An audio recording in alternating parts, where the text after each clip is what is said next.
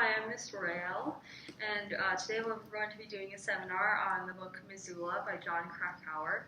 And the first question that I want to ask you guys is the question of why did Krakauer think it was necessary to include detailed descriptions of the sexual assaults included in this book?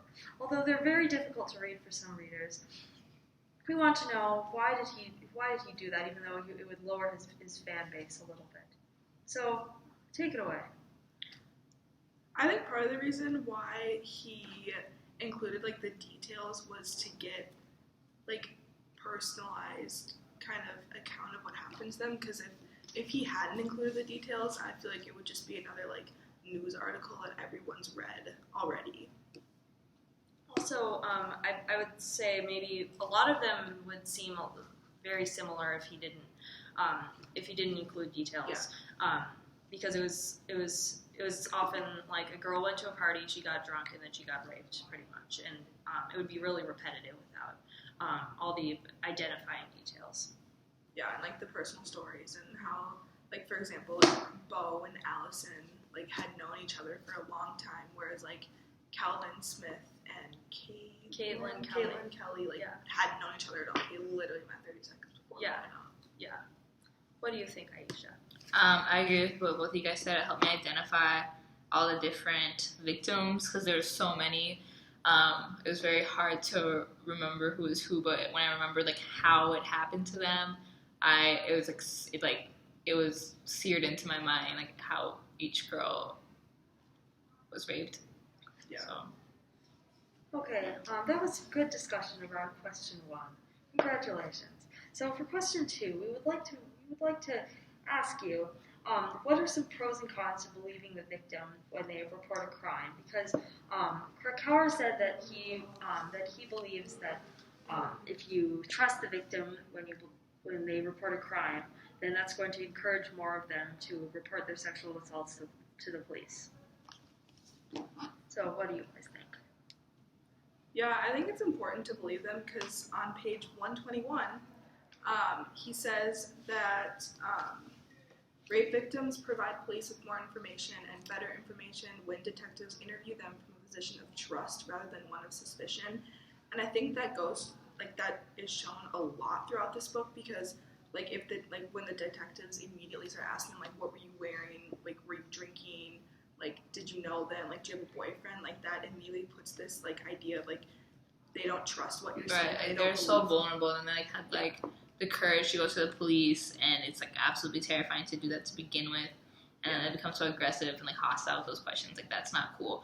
And then going off of at the end of the book, I think they're talking about how police carry out investigations with rape cases, and they said you should always begin with believing them, and you should carry out the case believing the victim, so it's more fair and whatnot. And I thought that was the most interesting thing at the end of the book. The last chapter was basically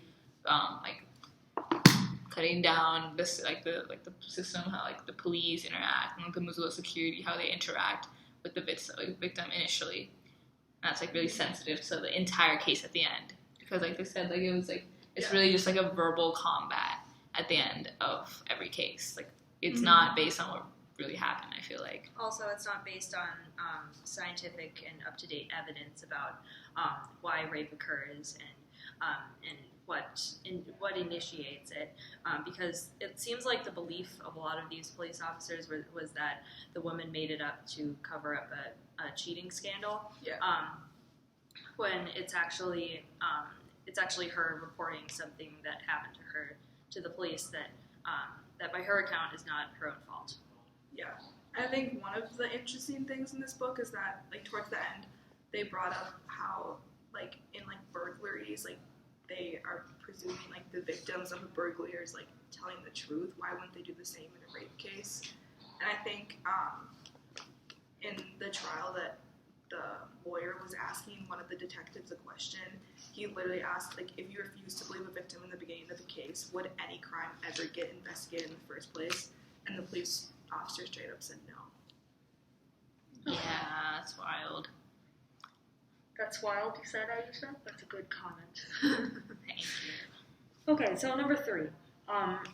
So based on all of the stories that we heard from these rape victims, what do you think and what does the book suggest is the motivation behind attacking a fellow student when it can carry these huge consequences, like perhaps getting expelled from the university and maybe being incarcerated, although a lot of accused rapists get away from it.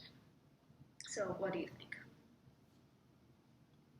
I think it's the power that the men believe that they'll have over the woman in that moment.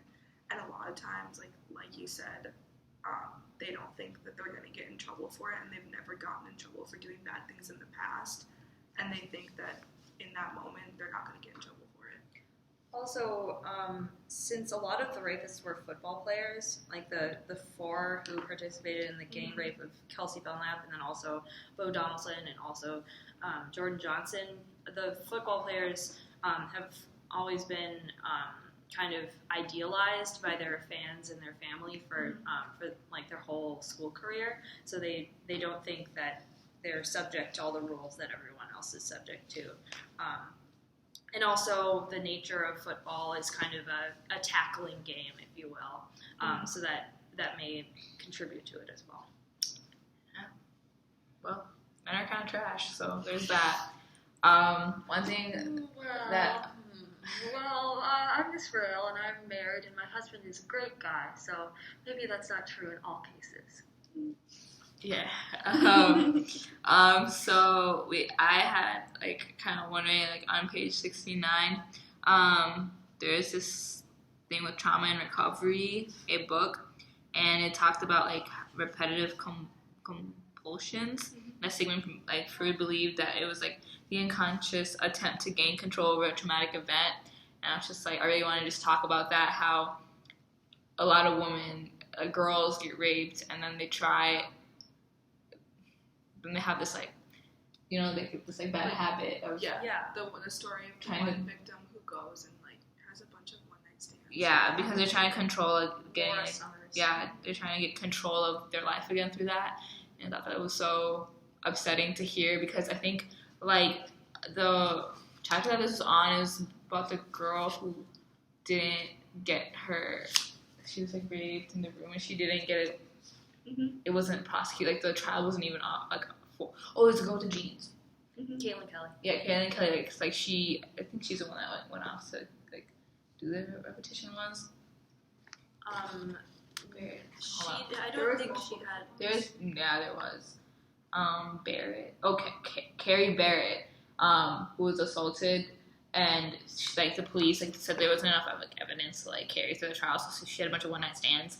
And I think there's such a big problem with that, because not only did the police reject her, they caused her to go into this very sad psychological state that she put her body her body is going through, and I don't know how you help those people if you're not willing to listen to them to begin with, which sucks. Okay, that was a good discussion. I like how the seminar is going so far. That's a good way to end our senior years. Okay, anyway, question number 4. In the trial of Jordan Johnson, the prosecution presented very convincing evidence of Johnson's guilt, which included a research-supported information session from Dr. David Lysak. However, the jury pronounced Johnson not guilty in less than 2.5 hours. What prompted the jury to excuse Johnson, even after a persuasive and evidence-backed argument by the prosecution? That jury is dumb. I was so mad when I found out. Alexa literally just slammed the book in class while she was reading it. That time. You mean yesterday? Yeah. That's why. Okay. Yeah. So anyway, so they interviewed a jury member, and it says here, Joanne Fargo believed that Johnson probably benefited from the fact that several members of the jury were of a sufficiently advanced age to be mystified by the behavior of modern college students, for whom text messages are the default mode of communicating with one another. Texting was a foreign concept to some of her fellow jurors, Fargo observed, so the significance of the texts Washburn sent to Stephen Green saying, "OMG, I think I might have just gotten raped," might well have been lost on them. They were baffled about why she didn't scream out or run to her friend outside the bedroom instead of taking the time to type a message on her phone. So basically, in addition to the fact that these jurors were Missoulians, and they a lot of them were probably Grizzly football fans, a lot of them were old enough to kind of not get the behaviors of younger people, and they also were prey to the rape myths that Dr. David Lysak tried to dispel. So that's probably why they found insufficient evidence in the prosecution side to convict Jordan Johnson. Yeah, the same juror also said that those the older people on the jury kind of the juror who gave this quote or whatever said that they think they either believe it was a stranger who jumps out of the bushes or there is no rape unless the woman puts up a fight. And I think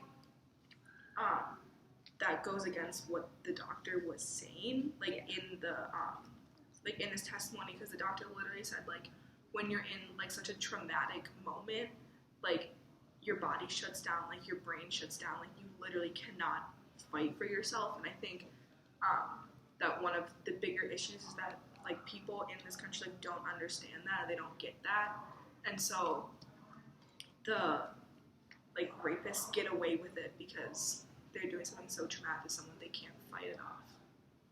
Yeah, there's irony in that. Yeah. Sucks a lot. Okay. So last question, number 5. This one might be a little bit harder of a question, and it might require a little bit more speculation. But why did Kirsten Pabst defend Calvin Smith instead of Caitlin Kelly, even though Pabst is supposed to prosecute sexual assault cases, in which case she would support Caitlin Kelly? Answer that one. Okay, so what do we think? I think she wanted to win. I think throughout the case that she was in, she just really wanted to win. And they said he wrote that when she won, she would put it on her website and said, "Yeah, I've won 99% of the cases that I've tried." Yeah, that's well, sorry. Go ahead. It gets her more jobs, more clients. She profits from this. It really just comes down to the profit. Yeah. Also, I forgot to mention that the quote that I read was on 333 to 334, in case Miss Rail wants to see the page numbers. Yes, I do. Thank you for the catch. She would have gotten 23 points off. Okay, well, that was a relief. And then also, for number 5, Alexa, you made a really good point about Kirsten Pabst wanting to win and defending the side that she kind of knew would win. And she was kind of also profiting off the fact that she knew that a lot of rape cases would not get prosecuted. Yeah. So she was taking the side of the rapist to add to her good track record, which isn't even a representative sample, because it is inherently suspicious that 99% of cases, in 99% of cases, that lawyer would win, because that just seems a little bit too good to be true. Yeah. Good point, Karen. Thanks. So we're at 13 minutes. Yes, we are at 13 minutes, and if you go to 14 minutes or more, I will bring 5 points off of your score. So I think you better step out of the room right now, or you're going to get 5 points off. All right, Step out of the photo booth. 5.